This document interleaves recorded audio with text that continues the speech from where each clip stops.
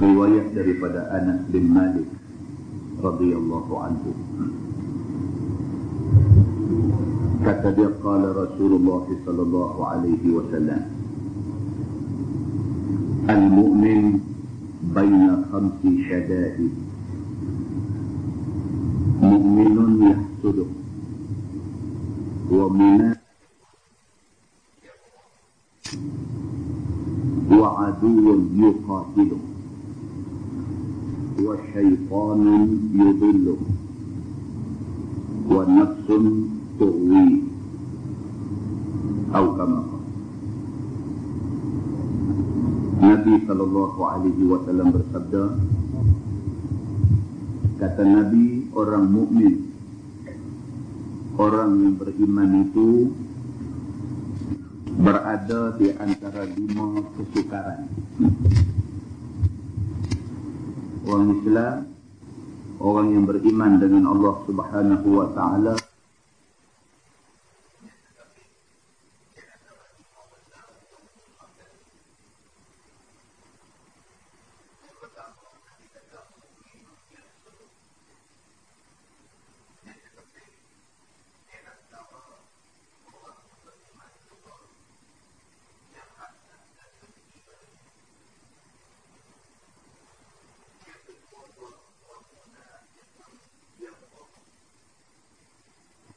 dia terkepit di antara orang munafik yang benci pada dia.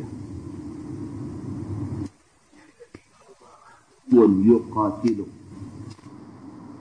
dia terkepit di antara musuh-musuh yang sentiasa nak memerangi dia.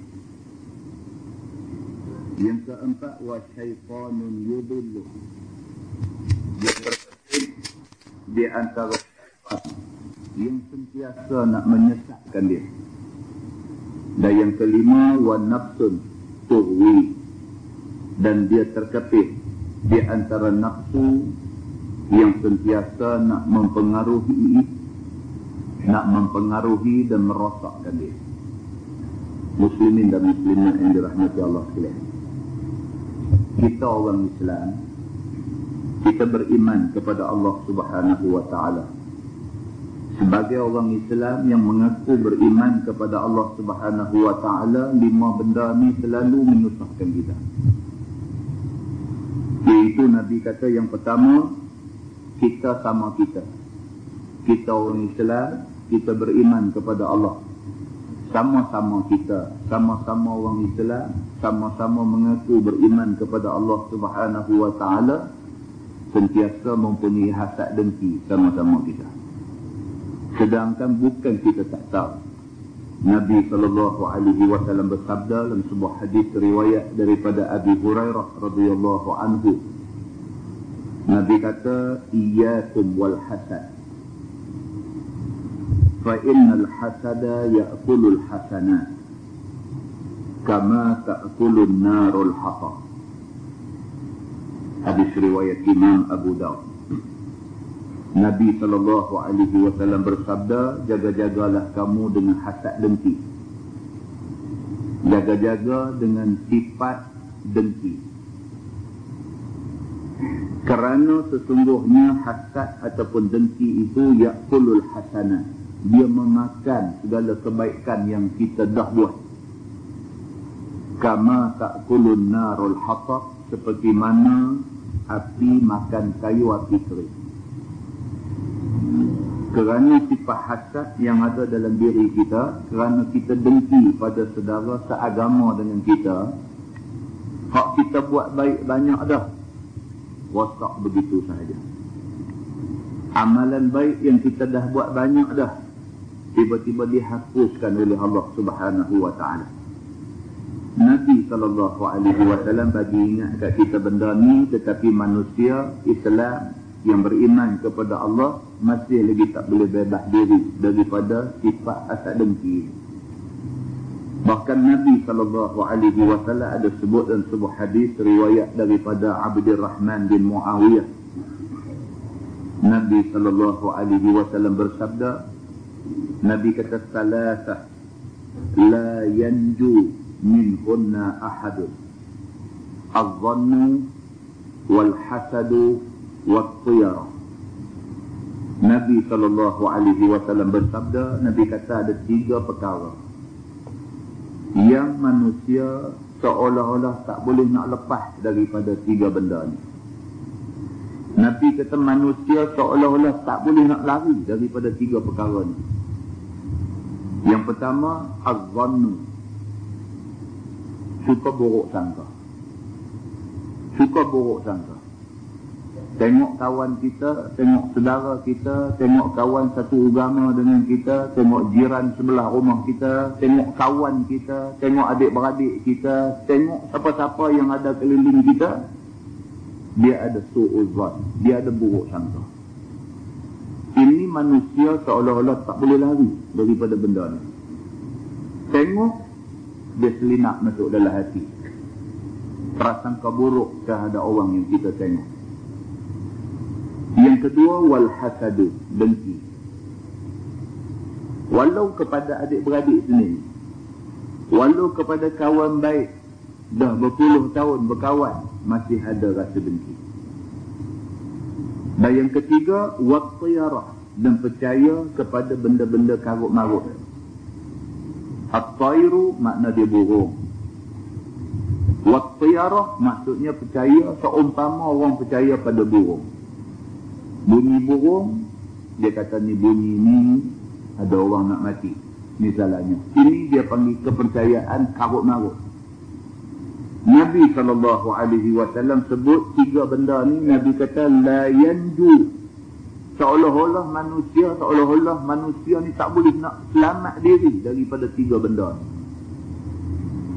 Bila Nabi kata macam ni, sahabat kata ke Nabi, sahabat kata, ya Rasulullah, wa ma yunji minhunna, macam mana kami nak lepas diri daripada 3 benda ni? Nabi SAW bersabda, Nabi kata, iza hasadta fala tabghi. Nabi kata, kalau kamu rasa macam kamu nak dengki ke orang, maka janganlah kamu terus mencari untuk nak membuktikan benda yang kamu dengki itu. Kalau kamu berasa dengki dekat orang, fala tabghi, jangan terus dengki dekat dia. Cepat-cepat istighfar. Astaghfirullahalazim, buat apalah duduk dengki ke dia ni. Yang kedua, Nabi kata, wa iza zananta fala tuhaqqiq. Apabila kamu berasa nak buruk sangka dekat satu orang, fala tuhaqqiq, jangan sekali-kali kamu pergi cari bukti terhadap buruk sangka kamu. Tak usah piduk rosak cari. Tak usah piduk bawa taslet panjang, nak pergi siasat, nak membuktikan buruk sangka kita dekat dia. Tak usah, Nabi kata. Dan yang ketiga, wa iza tatayyarta famdi. Dan apabila kamu jumpa satu benda yang merupakan benda kepercayaan yang boleh menghalang kamu buat sesuatu. Saya selalu bawa contoh.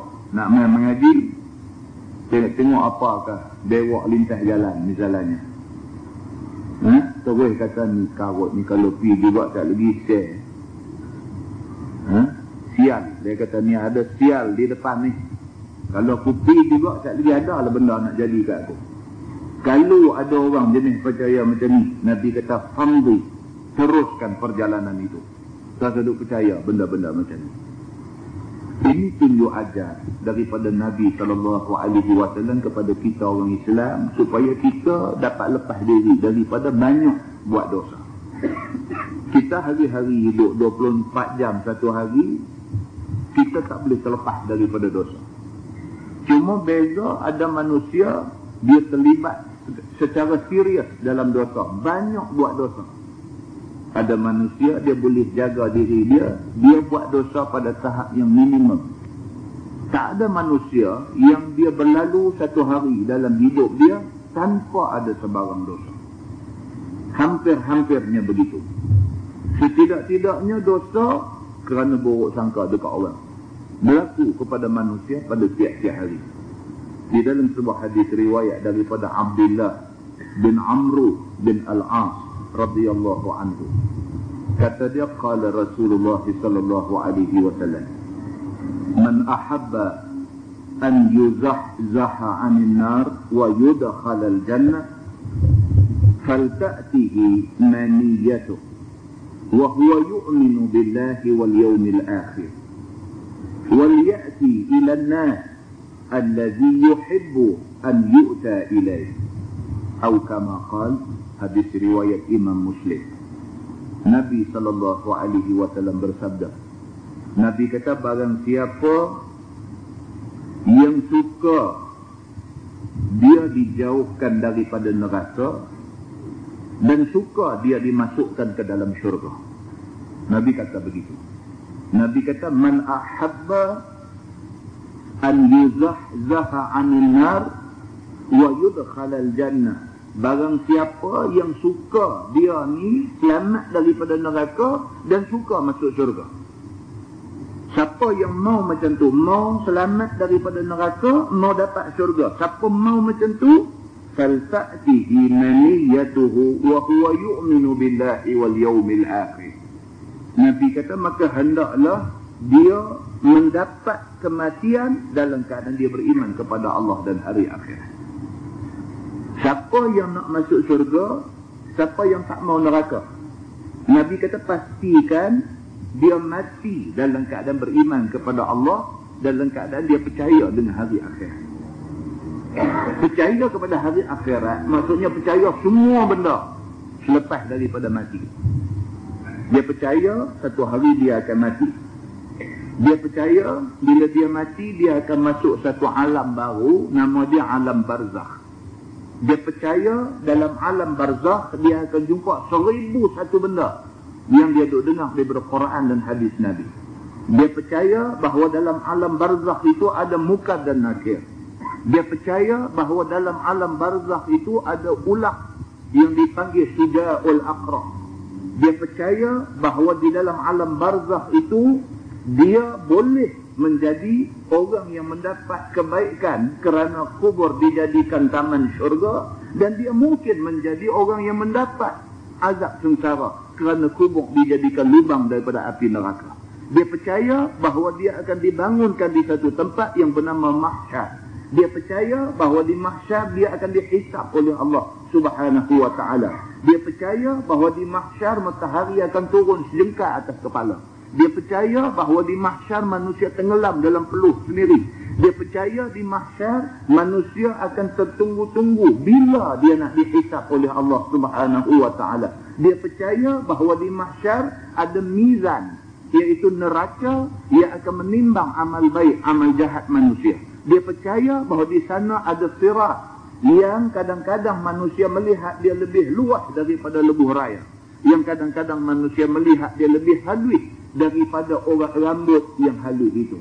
Dia percaya bahawa di seberang sana ada syurga. Dia percaya bahawa di bawah sirat itu ada neraka. Dia percaya semua benda ni, dia mati dalam keadaan dia percaya semua benda ni. Maka dia ni, Allah Subhanahu wa ta'ala kata, dia ada peluang untuk mendapat syurga dan dia ada peluang untuk lepas daripada neraka. Allah suruh Nabi SAW bagi tahu dekat kita benda ni.